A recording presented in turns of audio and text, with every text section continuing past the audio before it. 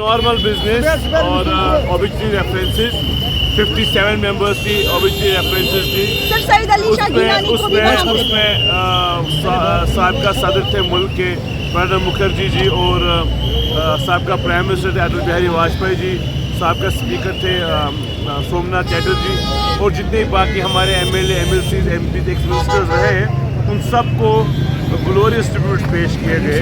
तो उनका जो सर्विस था, उनका जो पब्लिक जो लाइफ में कंट्रीब्यूशन था वो सब रिकॉल किया गया और उसको प्रेज किया गया।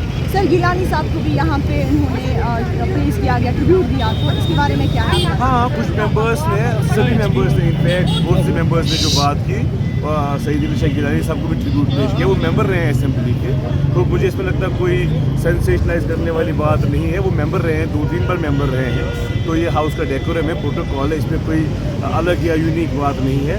वो भी मेंबर रहे, उनकी दुआएं मगफिरत भी होगी, भी जनरल होगी, तो कल इंशाल्लाह नॉर्मल बिजनेस स्टार्ट होगा। सलमान साहब नेशनल कॉन्फ्रेंस वेट कर रहा था कब यहाँ पर असेंबली चुनाव हो, सरकार आपकी है, रेजोल्यूशन के बारे में कब बात होगी सर? अब कल से देखिए अब क्या होता। हम कल की आज तो ऑब्वियसली था, कल तक एड्रेस था, स्पीकर इलेक्शन था, अब कल से